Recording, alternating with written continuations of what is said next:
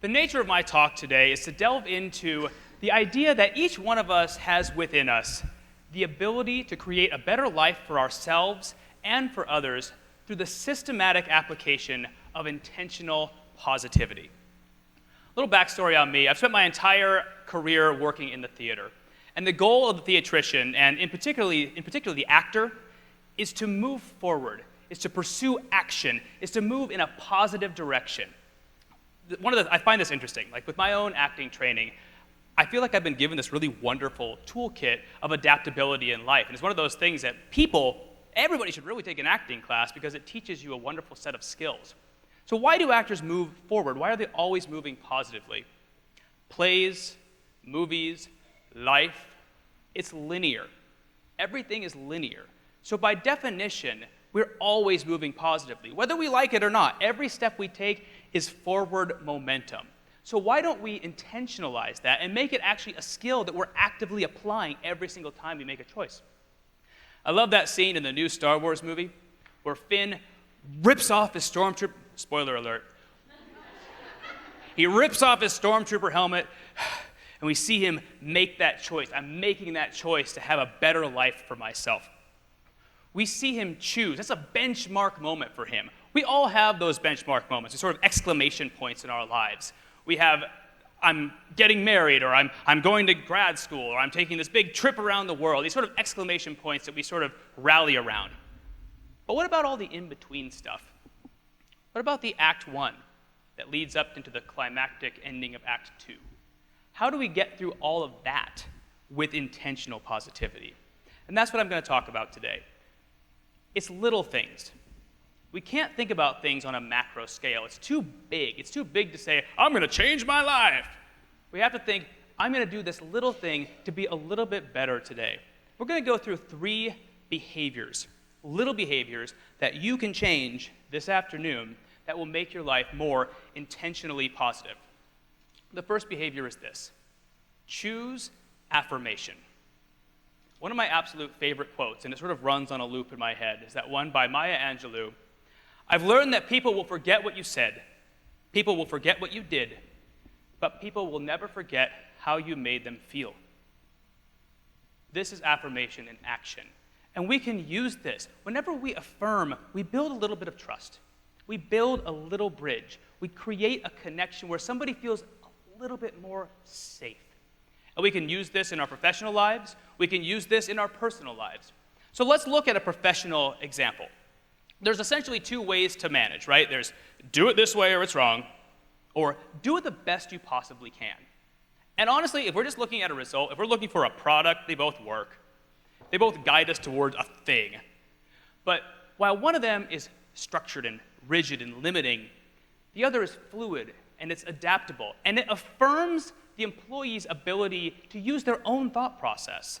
It is so important that we're building adaptable and fluid thinkers, especially now, because the world is changing so quickly. Imagine the changes of the last decade, environmentally, socioeconomically, politically, and certainly technologically. The fact that I'm on a live stream right now wouldn't have happened without the changes in social media over the last 10 years. So we need to be building people that are adaptable thinkers and able to roll with it in the 21st century. We do that by affirming their work. So here's the example. Employee brings in a proposal, and it's okay. This part's really great, this part not so much. Managerial style A says, nope, not good enough. Managerial style B says, well, this is awesome. How can you raise this up to this level?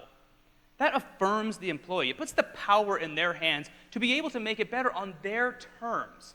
That's powerful. And it's not like it's rocket science. We learn this in leadership training all the time. But it's really important to remember because when we're working toward this like fast-paced, eyes on the prize sort of goal, it's easy to lose sight of the fact that we need to be cultivating our employees, our coworkers, our peers in a way where they're actively feeling like they're empowered as affirmed thinkers. We can use this socially as well. In fact, it's very powerful socially. And this is the moment in the speech where I get slightly soapboxy. Bear with me. Soapbox.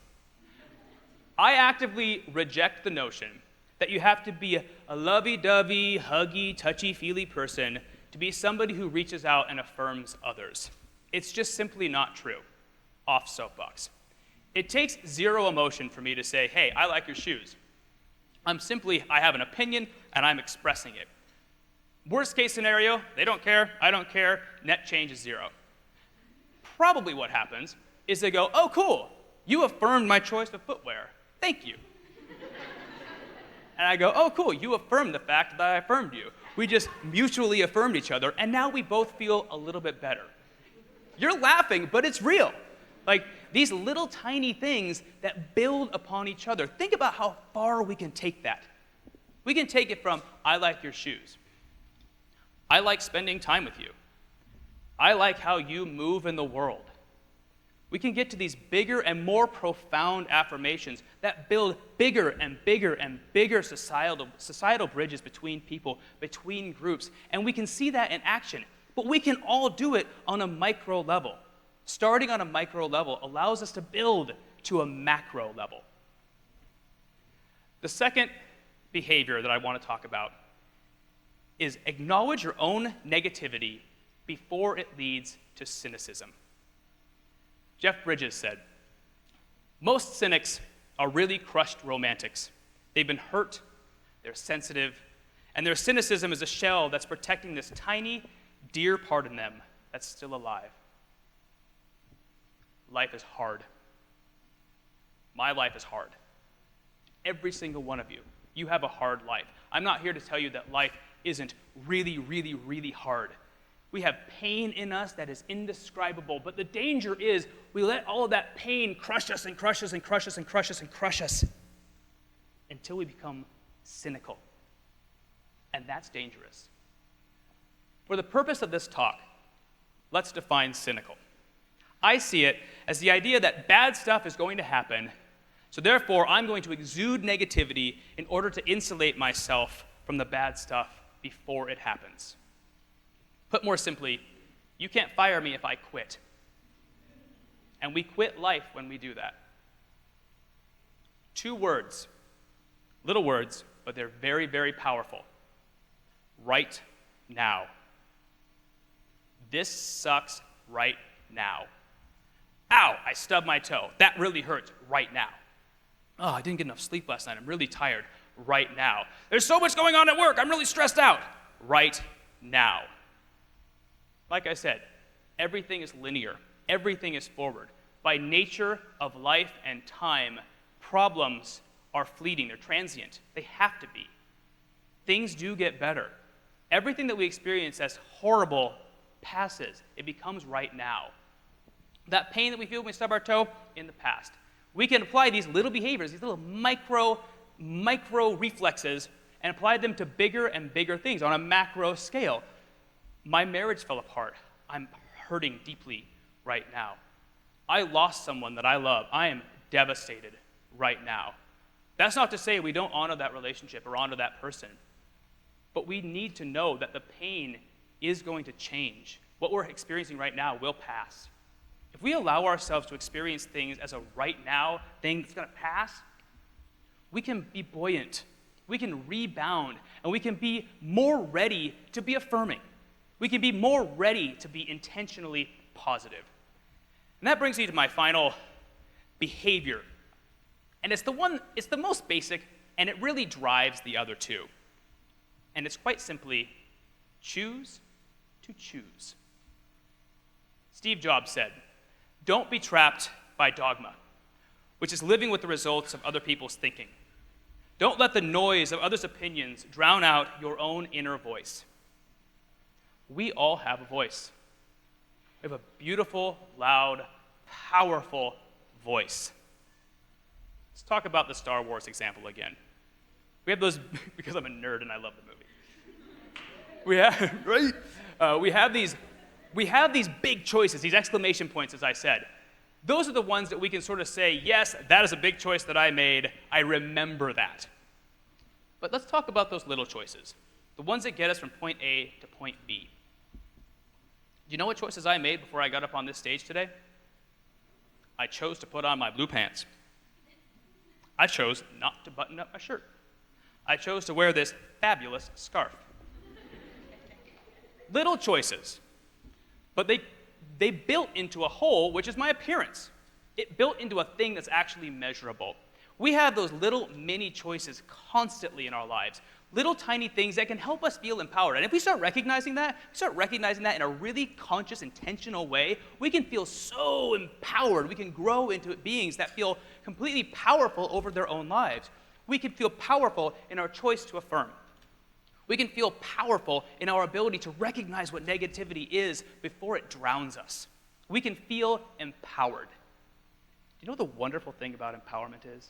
The beautiful byproduct of being empowered yourself is you're able to receive. You're able to receive others. You can receive somebody who's experiencing pain because you can feel empathy. You can receive another empowered person. They're not intimidating you. You can experience their empowerment and let it light you up. When we give and share in these ways that affirm and empower us, we build bridges. It starts with little toothpick bridges, builds into popsicle stick bridges, and Lincoln log bridges, and other analogies as well, bridges. We build bigger and bigger and bigger and bigger cultural bridges between ourselves on small levels, individual relationships that branch and branch and branch and branch and become bigger and bigger and more meaningful relationships with our little families, with our culture, and our society at large. I mean, what's the point of it all? Ultimately, and it sounds woo-woo, rah-rah to say it, we're aiming for some sort of a utopian society. We've been trying forever to get it right. Hasn't worked yet. Who knows if it will work? But you know what you can do? You can control you. You can make little choices. You can be a little bit better today. You can be a little bit more intentionally positive today, and that freaking works. And I challenge each one of you, as you leave this series today, hopefully filled up with all the things that you heard, try this. It'll take you 5 minutes. Recognize one of the choices that you made. Affirm somebody. It could be innocuous. Recognize your own pain. If somebody's tailgating you, oh, I'm so irritated with that guy right now. You can use these behaviors to actively create a better life for yourself and others. All you have to be is intentionally positive. Thank you.